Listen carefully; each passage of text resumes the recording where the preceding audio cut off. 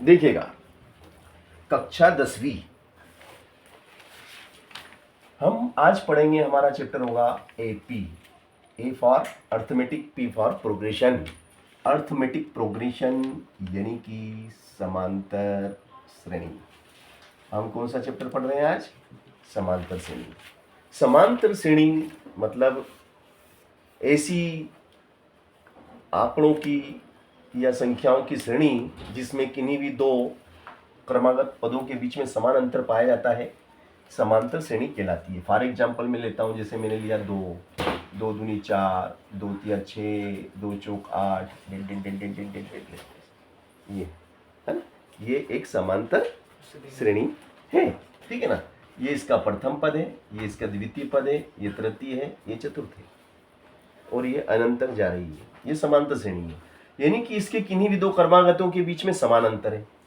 इन दोनों पदों का अंतर निकालो, दोनों पदों का हम अंतर निकालते हैं तो 2 आता है। इन दोनों पदों का अंतर निकालो तो भी 2 आता है, और इन दोनों पदों का अंतर निकालो तो भी अंतर 2 आता है।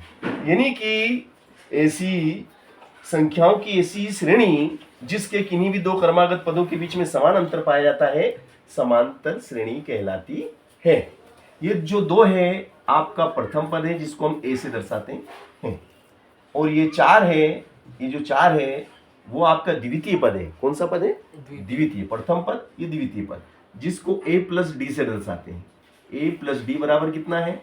A प्लस D बराबर 4 है। D क्या है? D for difference. इनमें कितने कितने का डिफरेंस है। यहाँ पे D फॉर डिफरेंस होता है, वो तो हमको दिख रहा है मगर कभी हमें मालूम नहीं पड़े। ये तो क्या है, 2, 4, 6 तो आपको दिख रहा है। अगर यही संख्या में इस टाइप से लिख देता है 1/2, 3/2, है ना, तो उसमें पता नहीं चलता कितने का अंतर है, तो फिर हम इस सूत्र से निकाल सकते हैं। ठीक है ना। तो देखिएगा, प्रथम पद A बराबर 2, द्वितीय पद A प्लस D बराबर 4। A की जगह कितना रखूं? A की जगह कितना आ जाएगा? 2 प्लस D बराबर कितना? 4। तो बोलो D बराबर कितना हो जाएगा आपका? ये 2 उठ के उधर गया तो कितना हो गया? माइनस का हो गया, प्लस का था। पक्षांतरण करेंगे, पक्षांतरण करने पर माइनस का हो गया, तो D बराबर कितना हो गया? 2। तो देखो, आपको A मालूम था तो आपको D मालूम नहीं था, D निकाल लिया। अब ये जो समांतर श्रेणी है, अगर कोई बोले कि 2, 4, 6, 8 समांतर श्रेणी का आपको नौवां पद ज्ञात करो। कौन सा पद ज्ञात करना है? नौवां पद ज्ञात करो। नौवां पद ज्ञात करो।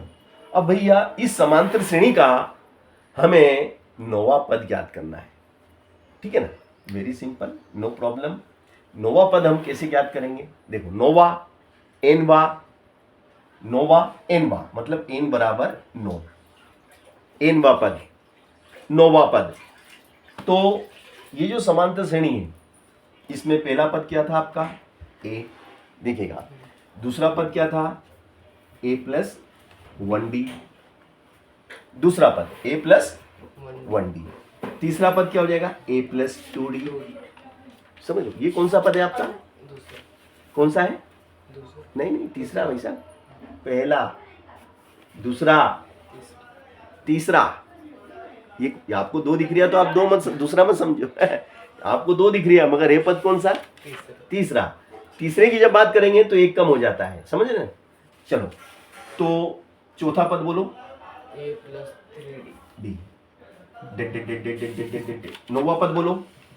A plus 8D। Very good, A plus 8D, है ना। अब A कितना भैया आपका? बोलो, A बोलो। 2।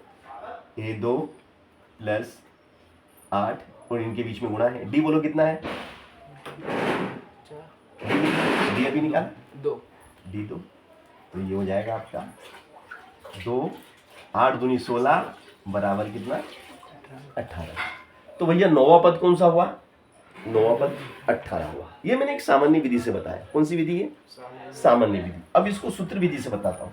एक अपन ने जनरल विधि से कराई है, अभी कौन सी विधि से करा? जनरल विधि से। एक सूत्र विधि होती है। देखो, यहाँ पे आपको n बराबर दिया है 9, ठीक है ना, n बराबर 9, A बराबर 2, D बराबर 2, तो n वा पद, ये सूत्र है आपका। अब मैं इसको सूत्र से करूंगा, अभी हमने बिना सूत्र से करा। सूत्र से n वा पद, n वा पद का क्या सूत्र है? A plus n minus 1D। एक सूत्र है, अपन इससे कर लेते हैं। तो 9 वा निकालना है, तो 9 वा पद, एन की जगह 9 लिख दो। ए की जगह कितना आ जाएगा, ए की जगह ए का मान आ जाएगा। एन कितना है, बोले 9 है, तो 9। बी कितना भाई साहब, 2। बी 2 है भाई साहब, ये 9 में से एक कम करो, 8 दूनी 16, 18।